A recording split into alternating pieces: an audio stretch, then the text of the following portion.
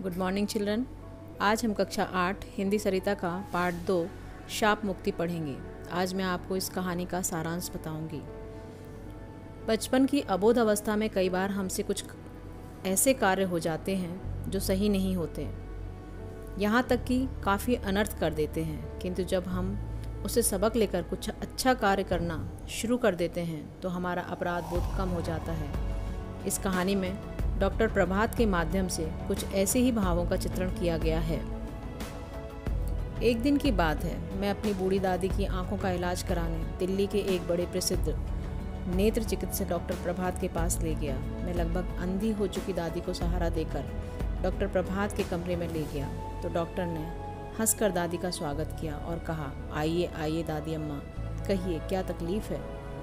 दादी ने आवाज़ से ही डॉक्टर की उम्र का अंदाज़ा लगाकर कहा, कुछ नहीं बेटा, बस बुढ़ापे में नज़र कमज़ोर हो गई है। डॉक्टर साहब ने हंसकर कहा, मैं तो आंखों का डॉक्टर हूँ, बुढ़ापे का इलाज मेरे पास नहीं है। दादी भी कम हंसी मजाक वाली नहीं थी। उन्होंने कहा, कोई बात नहीं बेटा, तुम केवल आंखों का इलाज कर दो, बुढ़ापे का इलाज तो भगवान के पास भी नहीं है। डॉक्टर प्रभात हंसने लगे और उन्होंने दादी की आंखों की जाँच कई उपकरणों यंत्रों की सहायता से की।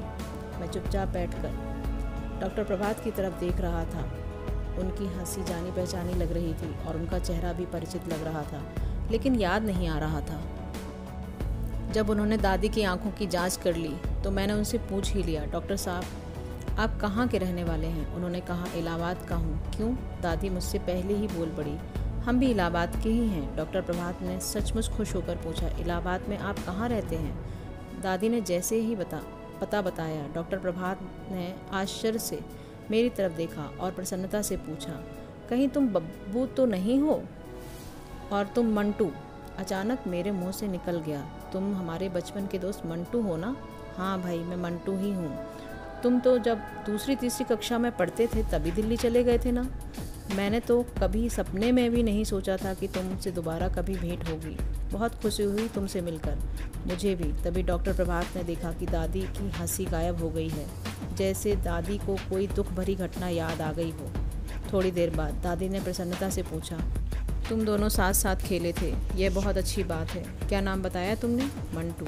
तभी दादी ने कहा, हमारे घर के पास वकील साहब रहते थे, उनके लड़के का नाम भी मंटू ही था, बहुत शैतान था। डॉक्टर प्रभात ने कोई उत्तर नहीं दिया। उन्होंने दादी की आंखों में डालने वाली दवाई लिख दी और कहा, इसे दिन में 3 बार डालना। फिर अगले सप्ताह आज ही के दिन आप आ जाइएगा, आपका ऑपरेशन करना होगा। ईश्वर ने चाहा तो आपकी आंखें ठीक हो जाएंगी। दादी ने बाहर आकर पूछा, यह उसी वकील का बेटा है ना? दादी, यह बचपन से मेरे साथ पढ़ता था, तो बस अब इस दुष्ट से मैं अपनी आंखें नहीं फुड़वाना चाहती हूँ, पर यह तो बहुत माना हुआ डॉक्टर है। दादी, और अब तो हमारी जान पहचान भी निकल आई है, उसे दुष्ट क्यों कह रही हो दादी?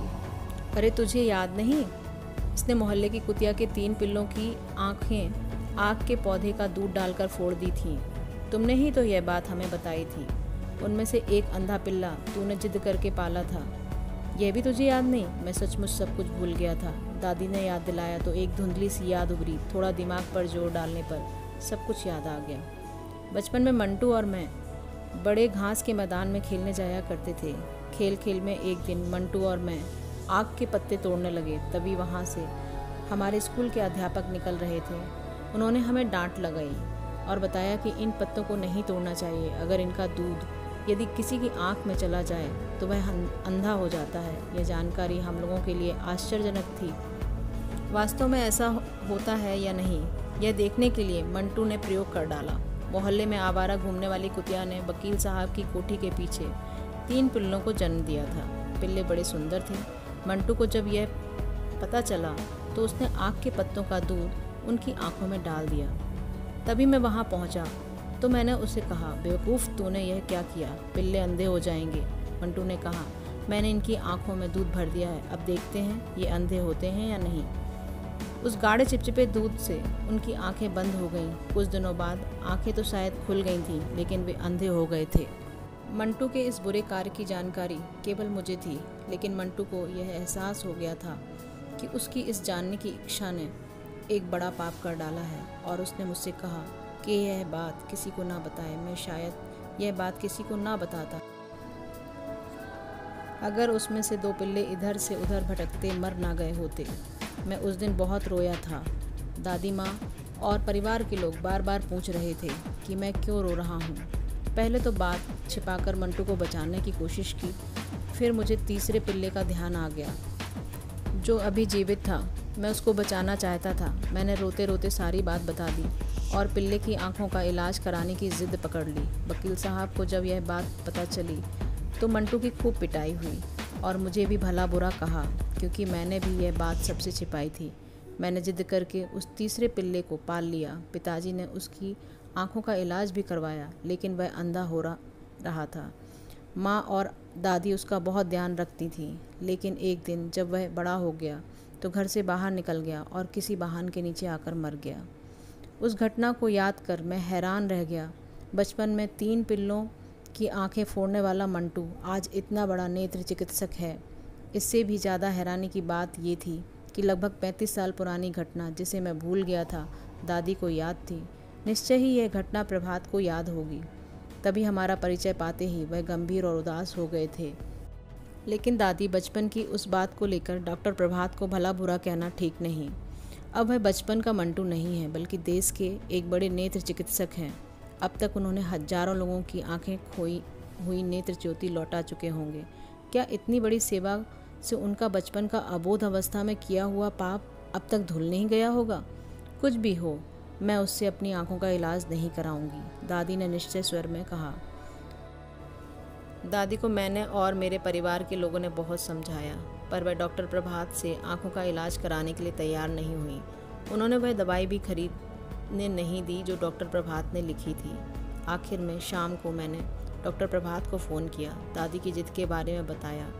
डॉक्टर प्रभात ने बड़े ध्यान से व गंभीर होकर सारी बात सुनी और कहा, तुम मुझे अपना पता बता दो, मैं खुद आकर दादी से बात करूँगा। शाम को डॉक्टर प्रभात हमारे घर में थे और दादी से कह रहे थे, दादी अम्मा, मैंने जो बचपन में पाप किया था उसे मैं आज तक नहीं भूला हूँ, और मैं उस शाप को भी नहीं भूला हूँ जो आपने मुझे दिया था।